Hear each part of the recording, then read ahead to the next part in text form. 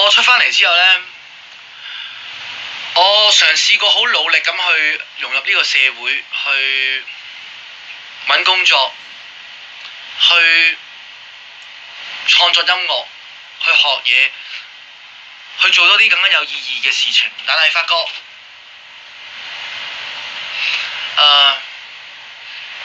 原來香港呢個社會係唔中意俾機會人哋嘅。你傻閪！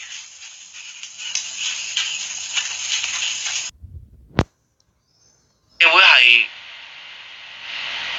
唔中意俾機會人哋嘅，又或者應該咁講，佢係唔願意去俾機會一啲犯過錯嘅人。死傻閪，食屎狗，屌你老母！